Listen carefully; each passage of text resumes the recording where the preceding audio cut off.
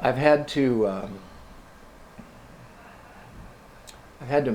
once in a while I've had to remind people that aside from the fact that Travis is my son, he would not be playing with me if he wasn't a great musician.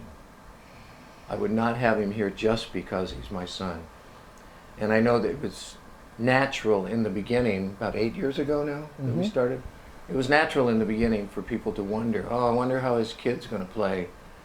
He's with Dad now.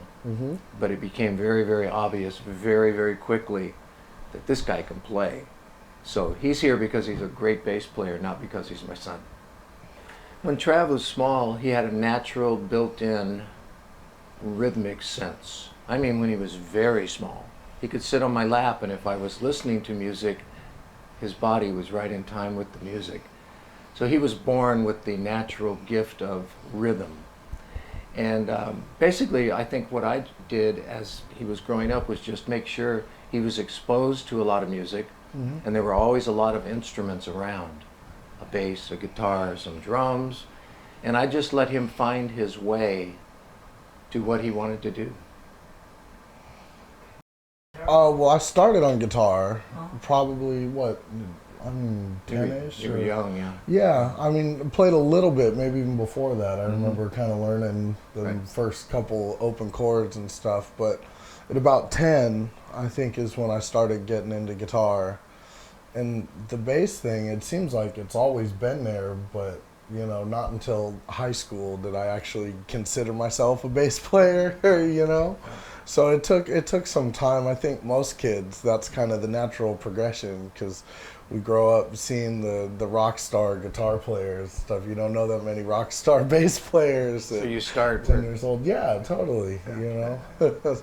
But yeah, guitar first, and then moved on to bass. That's the instrument I feel like God wanted me to play. You know, I could play guitar, and you know, I never felt like I struggled with it, but bass came so much easier to me. It was so natural. I mean, I can remember the first, you know, like high school rock band situation, you know, playing bass with them.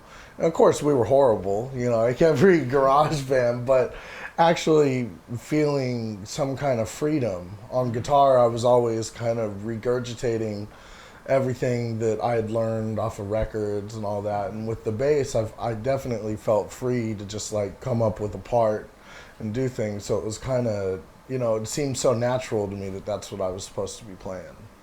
Yeah, it started, well, you know, I didn't take lessons. It was just kind of rock bands and playing. I had a little mini studio set up, you know, upstairs at our place. And yeah, at 19, going to school, and that's when I kind of tried to get serious about it. It was really, if I can interject,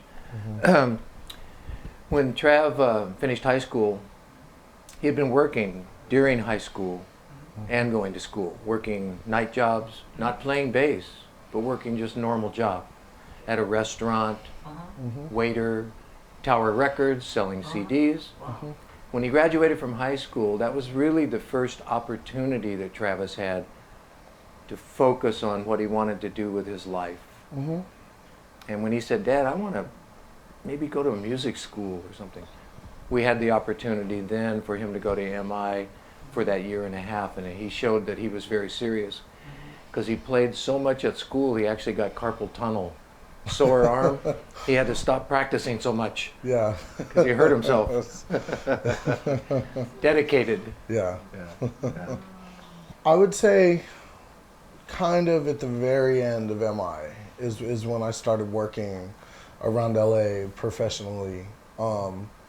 There was a few different opportunities that came up around then, and I mean, I'm trying to think of how long it was after I graduated that I started playing with you. I mean, in 6 months or something. Yeah. You know, it wasn't long.